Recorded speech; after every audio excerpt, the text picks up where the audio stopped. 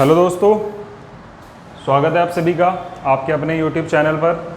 और साथियों, आज की वीडियो हमारी स्पेशल रहने वाली है क्योंकि अब हमने जो है अपनी लास्ट वीडियो में आप लोगों ने देखा होगा, हमने अपनी पंचवर्षीय योजनाएं जो है वो समाप्त कर दी थी। ठीक है, पंचवर्षीय योजनाएं हम यहाँ पर पूरी कर लिया था हमने। और उसके बाद का अब जो हमारा जो स्टार्टिंग में मेन जो हमें देखिए पढ़ना था, वो आप थोड़ा सा यहाँ पर देख लीजिए कि 1951 से 1991 तक के हमें जो है वो आर्थिक सुधार वगैरह देखने थे।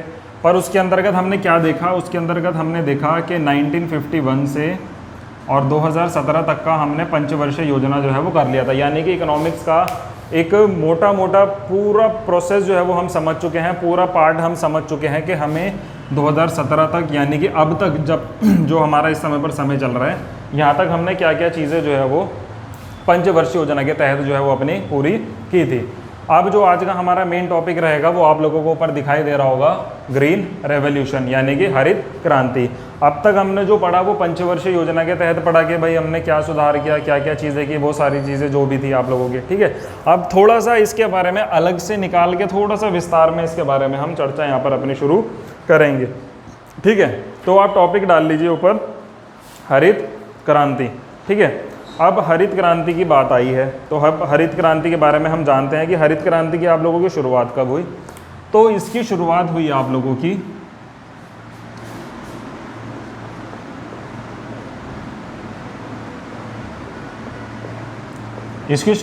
आप लोगों की 1966 से 1969 के बीच में हुई थी इसकी शुरुआत। ठीक है, मेनली जो सन इसमें आप लोगों को याद रखना है, वो बोला जाता है कि 1967 में हरित क्रांति की शुरुआत आप लोगों की गई थी।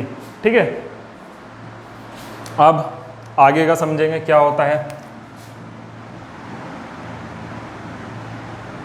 हरित का मतलब क्या होता है आप लोगों का, हरित का संबंध है आप लोगों का कृषि से, और क्रांति का संबंध है आप लोगों का बदलाव से।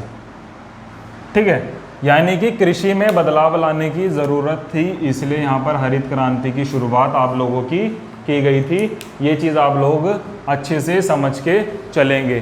ठीक है, कृषि में बदलाव आप लोगों को लाना था, क्या बदलाव लाना था, कैसे लाना था, वो सारी चीज़ें जो है वो हम समझेंगे।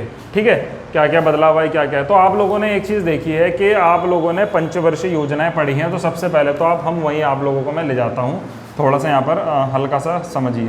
पंचवर्षीय योजना जब आप लोग लेकर के चले थे तो एक पंचवर्षीय योजना के बाद प्रथम योजना अवकाश आप लोगों का आया था। प्रथम योजना अवकाश आप लोगों का आया था जो आपका चला था 1966 से 1969 के बीच, और इसी के अंतर्गत आप लोगों ने देखा कि यहाँ पर हरित क्रांति की शुरुआत आप लोगों की गई थी। ठीक है, हरित क्रांति की शुरुआत यहाँ पे की गई थी। हालांकि जब हमारी पहली प्रथम पंचवर्षीय योजना थी, यानी कि प्रथम योजना जो हमारी थी आप लोगों की 1951 से 1956 की, उसके अंतर्गत जो हमारा मुख्य उद्देश्य लिया गया था वो क्या लिया गया था, यहाँ पर उनमें कृषि पर काम करना था, सिंचाई पर यहाँ पर काम करना था, और इसके साथ साथ यातायात पर यहाँ पर काम करना था। तो मुख्य जो दो चीज़ें यहाँ से निकल के आती हैं वो आती है आप लोगों की कृषि और सिंचाई। यानी कि कृषि पर और सिंचाई पर यहाँ पर हमें मेन जो है वो काम यहाँ पर करना था प्रथम पंचवर्षीय योजना के तहत। ठीक है, अब आप समझेंगे क्या चीज़ें अब हम इसके अंतर्गत पढ़ेंगे। कहानी आप लोगों को देखिए पता ही होगी, जिसने पंचवर्षीय योजनाएं सारी सही से देखी है, नहीं देखी है तो आप लोग जाके देखो, प्लेलिस्ट बनी हुई है, आराम से देखो, बहुत डिटेल में बहुत डेप्थ में सारी चीज़ें कराई गई हैं जो आपके हर एक कॉम्पिटिटिव एग्ज़ाम के लिए काम आने वाली है। ठीक है, तो क्या हुआ था कि जब देखा कि कृषि पर निर्भर है सारा भारत का, आप एक पॉइंट और इम्पोर्टेंट इसमें लिखेंगे, भारत की 2/3 संख्या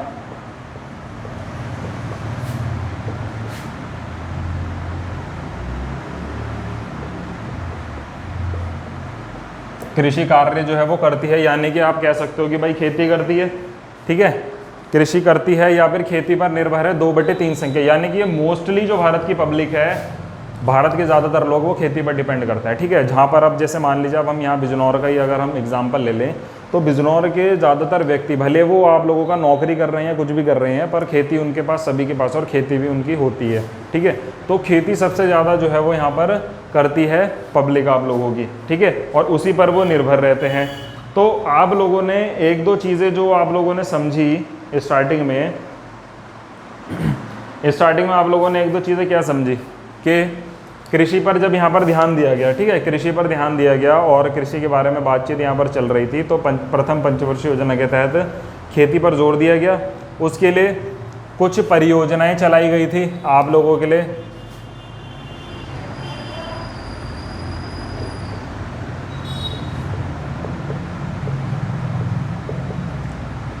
प्रथम पंचवर्षीय योजना में आप लोगों के लिए कृषि के लिए क्या किया गया था आपका,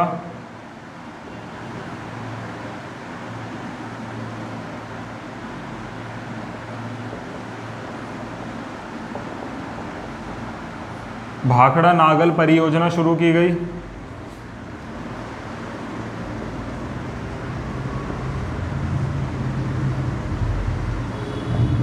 हीराकुंड परियोजना यहाँ पर आप लोगों की शुरू की गई थी। आप लोगों को ध्यान होगा, जिसने वीडियो देखी होगी, ठीक है, किसके लिए शुरू की गई थी कि भाई अच्छे से पानी जो है वो खेती को मिल सके, ठीक है। इसका उद्घाटन आप लोगों का किसने किया था, इसका जो है आप लोगों का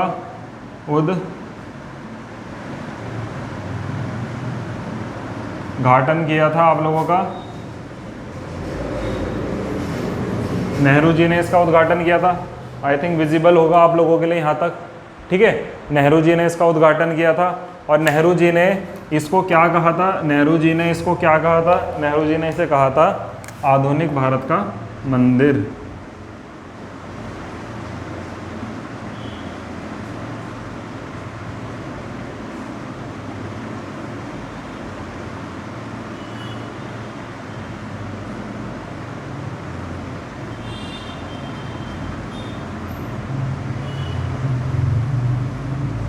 इन योजनाओं को जो है नेहरू जी ने क्या कहा, ये जो योजनाएं हमारी हैं ये है हमारी आधुनिक भारत का मंदिर, ठीक है। और उसके बाद क्या हुआ, हमारी प्रथम पंचवर्षीय योजना जो है वो सफल हो जाती है और उसके बाद जो है वो किसी भी प्रकार की दिक्कत नहीं रहती है और जो है सभी सरकार जो है वो भी खुश थी कि भाई हमारी प्रथम पंचवर्षीय योजना जो है वो सफल हो गई। मेन चीज़ अब हम आते हैं, मेन चीज़ क्या है कि जो आपकी हरित क्रांति है, इस हरित क्रांति का जन्म कहाँ से हुआ, शुरुआत कैसे हुई, क्या क्या चीज़ें हुई, ये तो आप लोगों ने सारी चीज़ें समझी कि क्या क्या इसमें चीज़ें हुई। तो सबसे पहले आप इसमें देखेंगे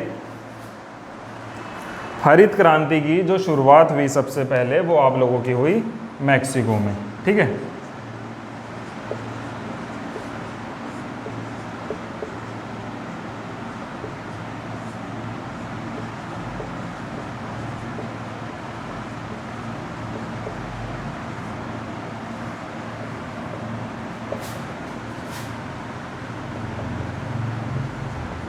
हरित क्रांति की जो शुरुआत हुई आप लोगों की वो कहाँ से शुरू हुई, आप लोगों की मैक्सिको से इसकी शुरुआत की गई थी, ठीक है। मैक्सिको से शुरुआत की गई थी। तो आप लोगों को एक चीज़ का यहाँ पर बहुत ज़्यादा ध्यान रखना है, यूएसए में एक मैक्सिको के वैज्ञानिक थे, क्या नाम था उनका, आप लोगों को नाम ध्यान रखना होगा, ये आप लोगों को ध्यान रखना है।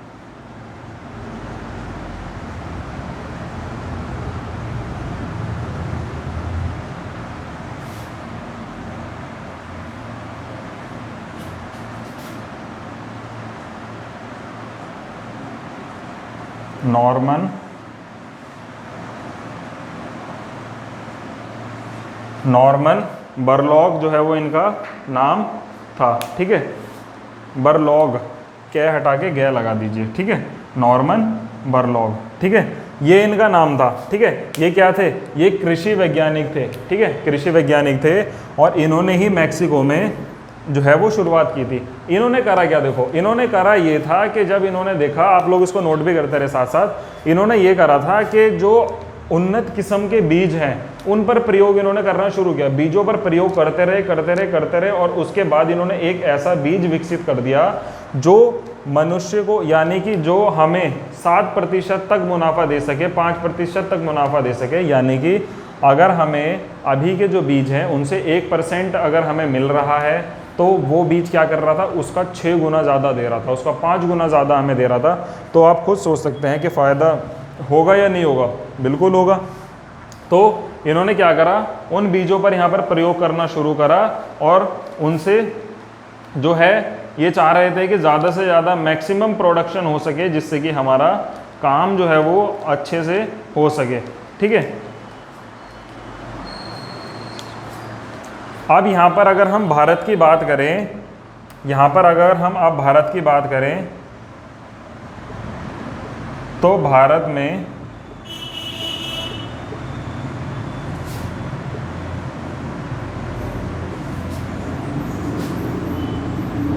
में हरित क्रांति के जनक जब हम पूछते हैं तो 2 नाम सामने आते हैं। 2 नाम यहाँ पे सामने आप लोगों के सामने आते हैं। एक तो आएगा आप लोगों का सबसे पहले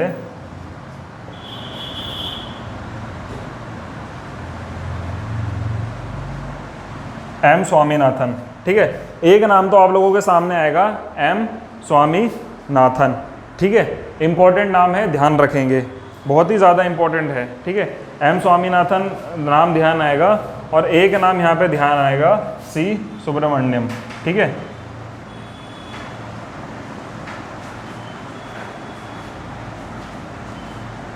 एक नाम यहाँ पर आप लोगों को देखने को मिलेगा सी सुब्रमण्यम।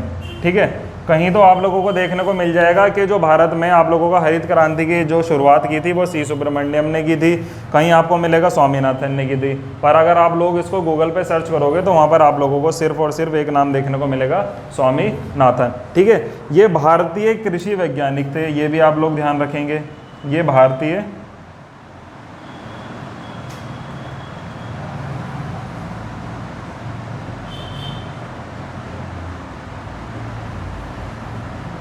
कृषि वैज्ञानिक थे। और दूसरी चीज़ ये है, ये दोनों एक दूसरे के सहयोगी थे, सी सुब्रमण्यम साहब भी और एम स्वामीनाथन भी एक दूसरे के दोनों सहयोगी थे और मिलकर के इन्होंने ये काम जो है वो किया था। ठीक है, अब क्या होता है, एम स्वामीनाथन जो यहाँ के वैज्ञानिक थे ये जाते हैं नॉर्मन जी के पास। ठीक है, और वहाँ पर ये देखते हैं कि यहाँ पर भाई बीजों पर प्रयोग किया जा रहा है और इन्होंने एक ऐसा बीज निकाला है जिससे क्या हो रहा है कि वो 6 से 5% या 7% तक जो है वो लाभ यहाँ पर ले रही हैं। इन्होंने कोशिश करी कि अब ये बीज जो है वो भारत में लाया जाए, जो भारत में कृषि की व्यवस्था जो है वो ख़राब हो गई थी। क्योंकि कब की बात चल रही है, 66 से 69 के बीच की बात चल रही है, जहाँ पर क्या हो गया था भारत में भाई, यहाँ पर देखो आपको पता है 62 में युद्ध हुआ था चाइना के साथ, उसके बाद 65 में युद्ध हुआ था आप लोगों का पाकिस्तान के साथ। ठीक है, प्रधानमंत्री जो थे उनकी डेथ हो गई थी, उसके बाद से सरकार की व्यवस्था भी सही नहीं चल रही थी।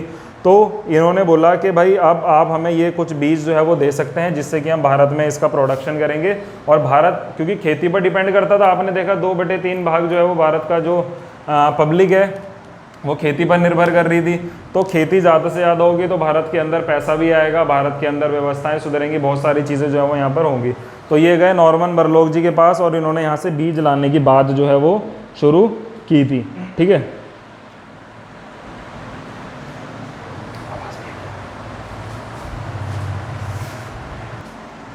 तो नॉर्मन बोरलॉग जी के पास गए और इन्होंने बीज के बारे में बात की। ठीक है, तो ये यहाँ से बीज लेकर के भारत में आए। ठीक है, बीज इन्होंने कौन से बनाए थे वो आप लोग थोड़ा सा नाम ध्यान रखेंगे। इन्होंने जो बीज की किस्म जो बनाई थी उसको बोलते हैं HYV। ठीक है, ये बीज की किस्म थी एक, जिसको कि ये भारत में लेकर के आए थे। और भारत में लाने के बाद क्योंकि देखो कृषि वैज्ञानिक थे तो इन्होंने क्या करा, भारत में कृषि आप लोगों का एक विश्वविद्यालय है,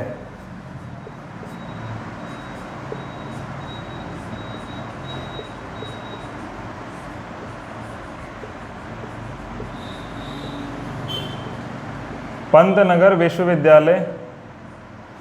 ठीक है, ये एक कृषि से संबंधित यूनिवर्सिटी है, यानी कि यहाँ पर जो आप लोगों का कृषि से संबंधित जितने भी खोज होते हैं, जितने भी उपयोग या जितने भी प्रयोग किए जाते हैं वो यहाँ पर किए जा रहे थे।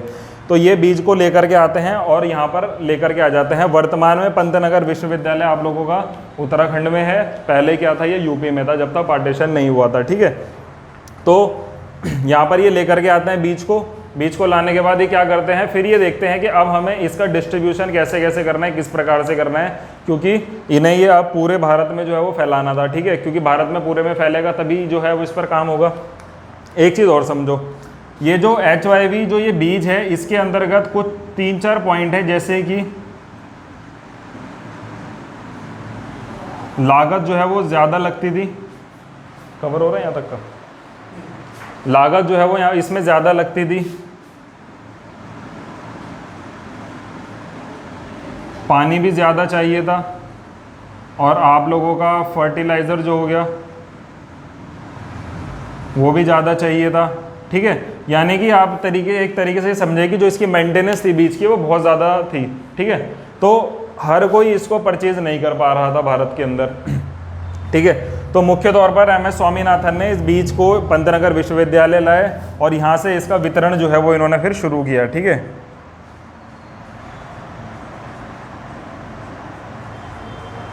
वितरण जो है वो इन्होंने यहाँ से इसका शुरू कर दिया कि भाई इसका वितरण जो है वो आप लोग इसका शुरू कर दीजिए। और जो इसका आउटपुट निकला बाद में, आप इसको थोड़ा सा यहीं पर समझो, इसका जो आउटपुट निकला वो निकला मेनली 3 राज्यों से। सबसे पहला तो है आपका पंजाब, दूसरा है आपका हरियाणा और तीसरा है आपका उत्तर प्रदेश। ठीक है, यहाँ के किसान थोड़े से सक्षम थे। ठीक है, चलिए इसको ऊपर लिख लेते हैं, कोई दिक्कत नहीं, यहाँ पर आप समझो इसको। तो मेन जो है यहाँ पर देखो, पंजाब को बीज जो मिला, पंजाब में एक सक्षम किसान है और वो इस पर अच्छा जो है वो लगा सकते थे पैसा। ठीक है, अच्छे से इसको पाल सकते थे। हरियाणा के किसान भी सक्षम थे और यहाँ पर मेनली जो देखा जाता था वो था वेस्ट यूपी का। ठीक है, यानी कि पश्चिमी उत्तर प्रदेश को मेनली माना गया था कि पश्चिमी यूपी के अंदर जो है वो इसका प्रोडक्शन सबसे ज़्यादा हुआ था। ठीक है, तो नंबर 1 पे आप लोगों का पंजाब रहा था जिसमें सबसे ज़्यादा प्रोडक्शन हुआ था, और नंबर 2 पे आपका हरियाणा रहा था, और नंबर 3 पे आप लोगों का उत्तर प्रदेश रहा था, जहाँ से कि सबसे ज़्यादा जो है वो यहाँ पर इसका बीज जो इन्होंने दिया था गेहूं का और चावल का, मेनली गेहूं चावल के बीज थे ये वाले। तो सबसे ज़्यादा प्रोडक्शन जो आपका हुआ था वो पंजाब, हरियाणा और यूपी में हुआ था। ठीक है, इतना आप लोग इस चीज़ को समझेंगे। एक चीज़ आप लोग इसके अंतर्गत और लिखिए, जब ये सारी प्रक्रिया चल रही थी पूरे विश्व में, हर जगह बीज का वितरण हो रहा था, हर जगह ये सारे काम जो है वो किए जा रहे थे, तो यहाँ पर एक हमारे एक व्यक्ति हैं, यहाँ पर आप इसको अलग से समझेंगे क्योंकि ये है इसी का पार्ट। ठीक है, विलियम गौर। ठीक है, गौड़ कुछ इस तरीके से बोल दिया जाता है। तो विलियम गौड़ जी जो थे, इन्होंने जो हरित क्रांति नाम था, ठीक है,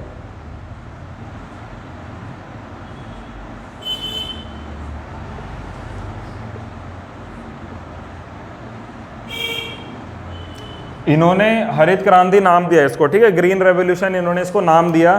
क्यों? क्योंकि जब इन्होंने देखा कि पूरे भारत के अंदर इस समय पर इसी चीज़ पर काम हो रहा है कि ये जो बीज है इनका डिस्ट्रीब्यूशन चल रहा है और प्रोडक्शन पर, हर देश प्रोडक्शन पर ध्यान दे रहा है कि ज़्यादा से ज़्यादा जो है वो हमें प्रोडक्शन करना है, गेहूं चावल की खेती बहुत ज़्यादा करनी है, तो इसलिए इन्होंने इसको नाम दे दिया ग्रीन रेवोल्यूशन। ठीक है, नाम ध्यान रखेंगे कि किसने नाम दिया था, विलियम गौर जी ने नाम दिया था ग्रीन रेवोल्यूशन। ठीक है, तो कुछ मेन चीज़ें आप लोगों को ये मैंने लिखाई, आप लोग इसको स्क्रीनशॉट ले लीजिए या इसको अच्छे से नोट कर लीजिए। उसके बाद अब हम चलते हैं आगे की चर्चा पर। कुछ 2-4 चीज़ें आप लोगों को और लिखानी है, उसके बाद इस टॉपिक को हम यहीं पर एंड अपना करेंगे। ठीक है,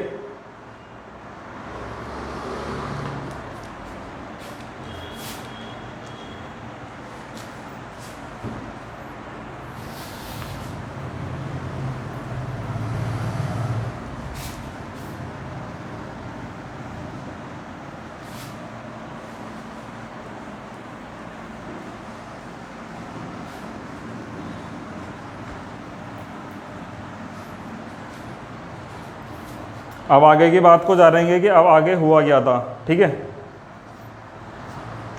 भारत में हरित क्रांति के जनक मैंने आप लोगों को बता ही दिए हैं, कौन थे आपके, MS स्वामीनाथन। ठीक है, अब जो थोड़ा सा हम पीछे चलते हैं इसमें ये जानेंगे कि देखिए आप डेट ध्यान रखेंगे 1960 1963, ठीक है। क्योंकि देखो हरित क्रांति की शुरुआत तो बाद में हुई थी, पर जो आप इसको समझेंगे कि इसकी प्रक्रिया जो है वो पहले से ही चलेगी, क्योंकि जब भारत के अंदर प्रॉपर बीज आ जाएगा, प्रॉपर उस चीज़ पर वर्क होगा, तभी तो आप लोग इसकी शुरुआत करोगे। तो इसका थोड़ा सा हम हिस्ट्री में चलते हैं कि इसमें हुआ क्या था।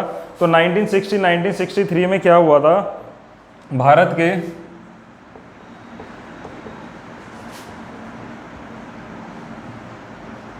7 राज्यों के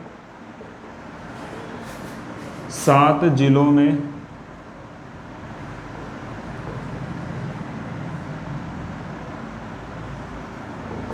इन बीजों की जो है वो क्या हुई, टेस्टिंग हुई, ठीक है। इन बीजों की जो है वो आप लोगों की टेस्टिंग शुरू हुई, यानी कि अब इन पर देखना था कि इन पर कितना काम हमें करना है, क्या क्या करना है, तो इनकी जो है टेस्टिंग शुरू आप लोगों की कर दी गई, ठीक है। उसके बाद क्या होता है, टेस्टिंग यहाँ पे शुरू कर दी गई। उसके बाद यहाँ पे क्या हुआ कि भारत के अंदर 1965 में, यानी कि जब पाकिस्तान के साथ युद्ध हुआ था, और 1966 में भारत के अंदर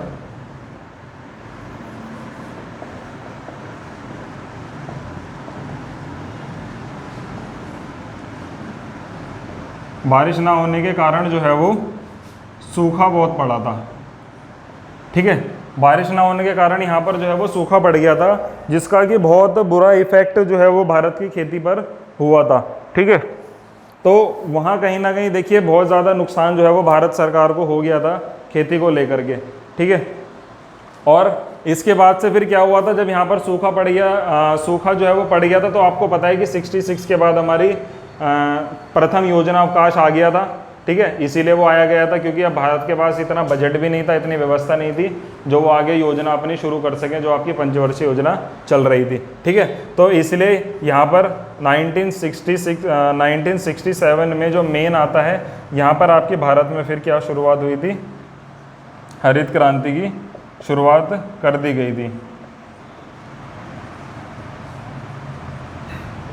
शुरुआत कर दी गई थी और वो जो बीज थे उनको अब डिस्ट्रीब्यूट कर दिया गया था, और उन पर जो है वो खेती होनी शुरू हो गई थी। बीज का जो प्रोडक्शन था वो आप लोगों को मैंने बताया, वो आपको 7 गुना जो है वो ज़्यादा लाभ दे रहा था। और किन 3 राज्यों से ज़्यादा लाभ मिला आप लोगों का, पंजाब से, हरियाणा से और यूपी से। इन 3 राज्यों से सबसे ज़्यादा लाभ मिला। बाकी अदर अगर स्टेट की बात करें तो वहाँ पर इस प्रकार का कोई भी लाभ जो है वो देखने को नहीं मिला, ठीक है। एक डेट आप लोग और ध्यान रखेंगे यहाँ पर,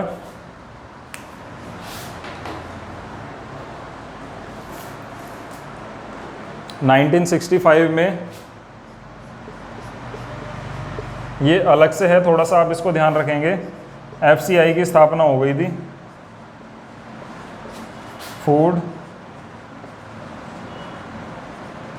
फूड कॉरपोरेशन ऑफ इंडिया, ठीक है।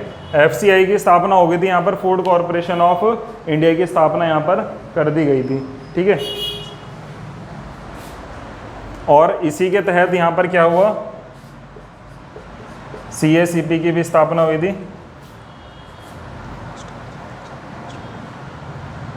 ठीक है। CACP की यहाँ पर इसकी शुरुआत कर दी गई थी, कमीशन फॉर एग्रीकल्चर,